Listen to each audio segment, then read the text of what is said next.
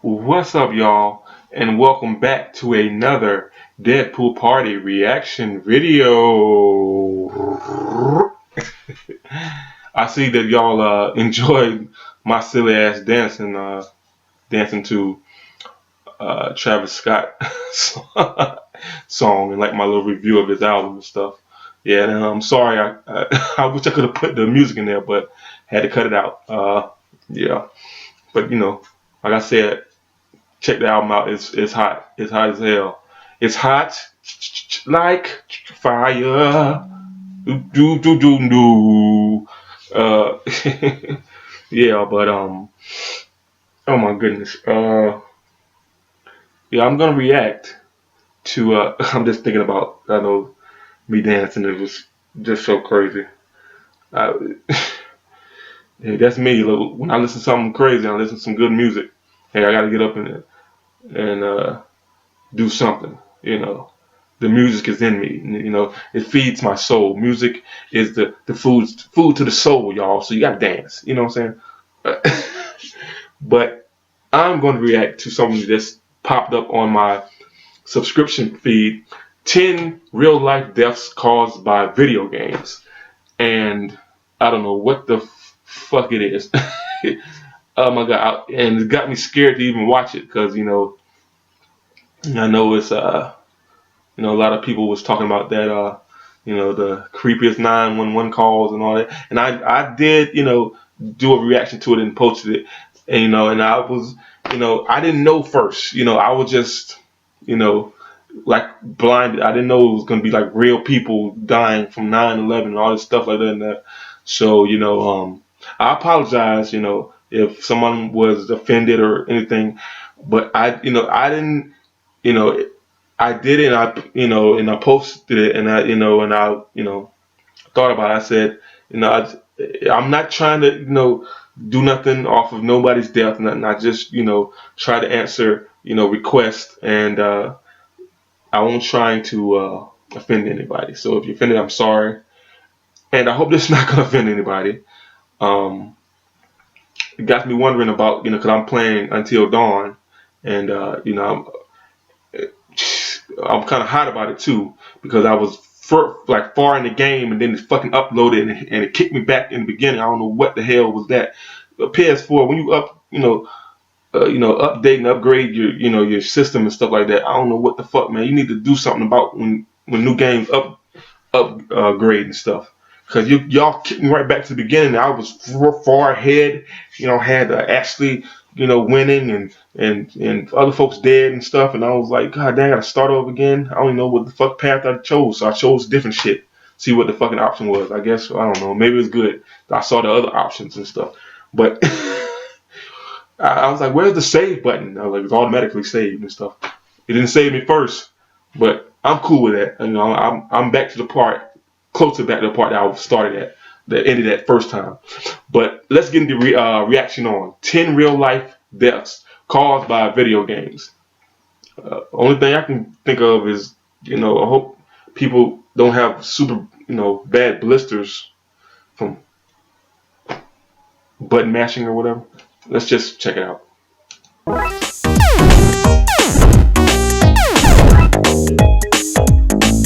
By top trending.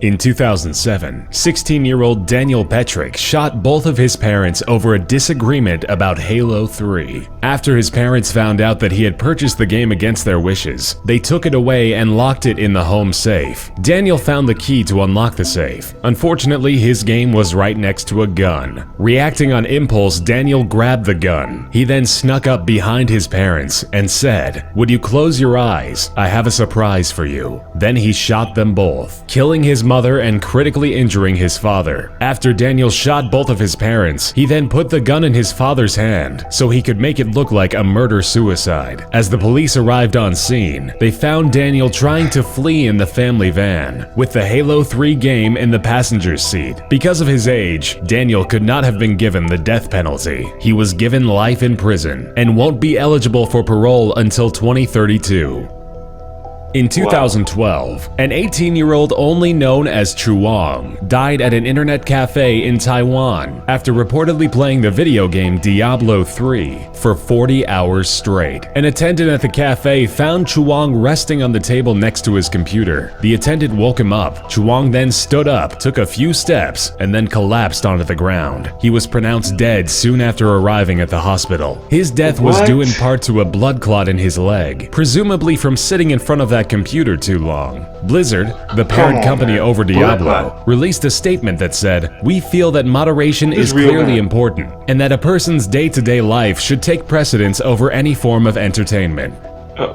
A 17-year-old Philippine teen murdered his own grandmother after she interrupted his Dota match. The teen had been playing Defense of the Ancients in a neighborhood internet cafe. His grandmother, who told him not to play that game anymore, went to pick him up and return him to their home. When the woman began scolding him about the game, he alleges that he blacked out and beat his 68-year-old grandmother to death. The teen cleaned up the bloody crime scene and called his aunt, who then called the police. The victim was found with wounds on her neck, chest, head, and arms. Police officers also found blood-stained ceramic shards of what appeared to be a smashed vase in a garbage bin in the front yard. The grandmother, who had raised the boy since early childhood on her own, was killed because the boy wanted to play a video game.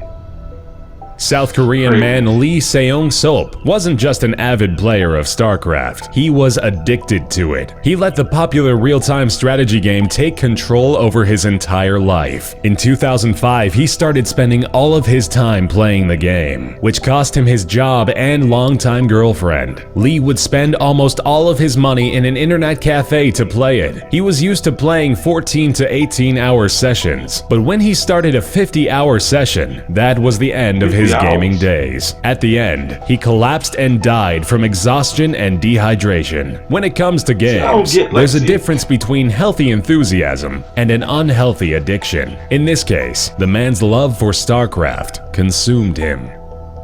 17-year-old Warren LeBlanc of Leicestershire, England, got life in prison for emulating a death scene in a video game in 2004. The game in question? Manhunt. The game was developed by Rockstar North. Armed with a knife and a claw hammer, Warren lured 14-year-old Stefan Pakira to a nearby park. He bludgeoned and stabbed the boy over 50 times until he died. In the trial, the mother of the victim was forced to leave the room as details of her son's horrific murder were explained to the court. At the end of the proceedings, the judge stated, "One thing is clear. You and you alone were responsible for this prolonged, vicious, and murderous attack on someone who thought of you as a friend."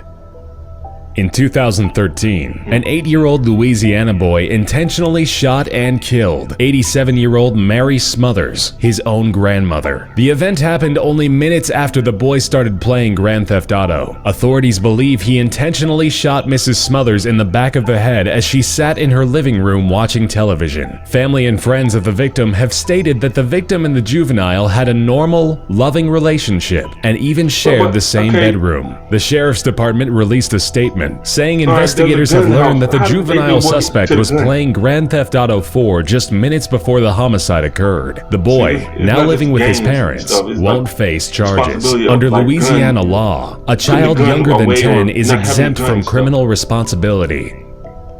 18-year-old Devin Moore was actually arrested for Grand Theft Auto, not the game, the real-life crime, in 2003. While being processed at the police station, he lunged at one of the officers and grabbed his .40 caliber Glock. He shot him and 2 other police officers in the head as he made his way out of the station to then steal a police cruiser. Once caught and handcuffed, Moore uttered, "Life is a video game. You've got to die sometime." In the trial, his defense team tried to use the Rockstar game Grand Theft Auto Vice City as a scapegoat for the young man's violent acts. Ultimately, Devin was sentenced to death by lethal injection. In 2014, an 11-year-old boy in the Philippines was stabbed. All right, let's continue. 13's online Dota 2 account. According to the family and police investigations, the victim was taken to a construction site where he was beat up by the suspect. His head was slammed on the walls repeatedly before being stabbed over 40 times. The 16-year-old suspect denied any contact with the victim. However, he was found with heavily blood-stained shorts and drops of blood leading up to his house. The stabbing was so horrific that the mother couldn't recognize her own son. 28-year-old Philadelphia man Tyrone Spellman beat his 17-month-old daughter to death in 2006 while playing the popular game Ghost Recon. His toddler crawled into the room and accidentally toppled over his Xbox, breaking it. In a fit of rage, Spellman repeatedly beat the child. Investigators contest that the child's battered body was then positioned next to a barbell in another room to make the death look like an accident. Spellman fled the scene but turned himself in the next day. Official autopsy reports indicate that the toddler's skull had been shattered and caved in by continued blows to the head. Spellman, who was a self-admitted video game addict, claimed that he did not intend to kill the child. He was sentenced to 22 to 45 years in prison. In 2014, 12-year-old Peyton Leutner was stabbed 19 times and left to die in the middle of the woods. The culprits responsible for the attempted murder were two of Peyton's close friends, 12-year-old Morgan Geiser and 13-year-old Anissa Wire. The two girls were trying to please a fictional video game character, Slender Man. They thought that if they sacrificed a real person to him, he wouldn't haunt them or hurt their families. According to court documents, they told detectives they had been planning to stab her for months. Investigators discovered more than 60 drawings of Slender Man in Geiser's bedroom. One drawing depicted a girl lying on the ground and a person standing over her with the message, "I love killing people." Once the pair lured Peyton into the woods, one of the girls pounced on her and started to stab her repeatedly. During the entire ordeal, the victim was screaming in agony and saying, "I hate you guys. I'll never forgive you. I trusted you." Once the attack was over, the girls ran away. Miraculously, Peyton survived the attack and crawled her way to a nearby trail where she was discovered by a cyclist. Leutner has made an amazing recovery from the attempted murder, and as of this year, the girl who came within a whisper of death celebrated her 13th birthday. That is too much. Too damn much. You know, man, I can't believe all that stuff, especially like the. But yeah, I guess some games is for mature audiences, and so you can handle it and know that a lot of things, a lot of young kids and I guess teenagers too are very impressionable, but I think that's going with mental state too. There need to be like some type of something like if you have mental state or psychosis or something type of something, you shouldn't play this game. Like put that on stickers of the games or something too. Even though they'll probably still go out and play it if they do have it or don't have it or something. You can't like block people from getting it. People gonna get and do what they want to do. Just like I guess like the gun thing. Like you can have gun control over stuff, but the gun's gonna keep getting in the hands of kids unless you have responsibility, not have the gun in the house or have it somewhere locked and up so nobody knows where it's at and can get to it, but the person that's responsible with it. It's just like, oh my goodness, man. The world is crazy, man. The world was just crazy, and just all I'm gonna say is just God bless, the people that passed in the video and stuff, and God did bless the last girl that she survived that. It was crazy. If you like my reaction to the video I just reacted to, 10 real life deaths. I guess with the 10 because the last one she didn't die, so like 9.5, not 9.5, but you know what I mean. It's like she almost died, so I don't know. That was caused by video games.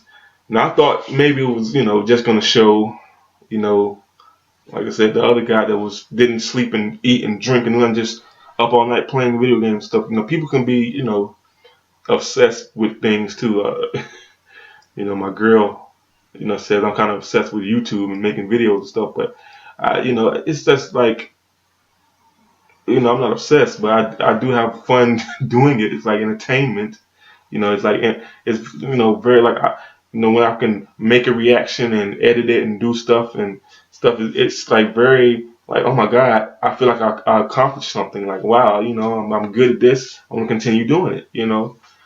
But that's going over. That's not that. That's me feeling accomplished, and I want to continue keep doing it and know that I'm good at something. That stuff is obsession right there. And 50 hours without drinking or bathing or doing anything. 50 hours. That's two. This 2 days. Hold on, wait, more than 2 days. No, 2 days. The 24. That's 48. So yeah, that's over 2 days of playing video games, man. So yeah, I can't do it until Dawn has to wait in the back. Mortal Kombat, Street Fighter, all that. No, I like to do other things. I like my woman. I like to spend time with my girl, my son, my grandmother. To eat, sleep, piss, bathe. You know, shit, all that stuff. Change my clothes. I can't. I can't do nothing else. I can't play video games 50 hours just nonstop. I just can't do that. I love good video games. Don't get me wrong, but that's all. This is this. Overly. Over the top craziness, and just like people.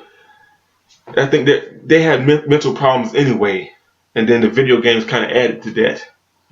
So like I said, if you like my reaction, hit the like button, subscribe, and share. Watch the original video. I'm your boy Jay, and that was my reaction to 10 real life deaths caused by video games. This has been Deadpool Part Reactions. Peace.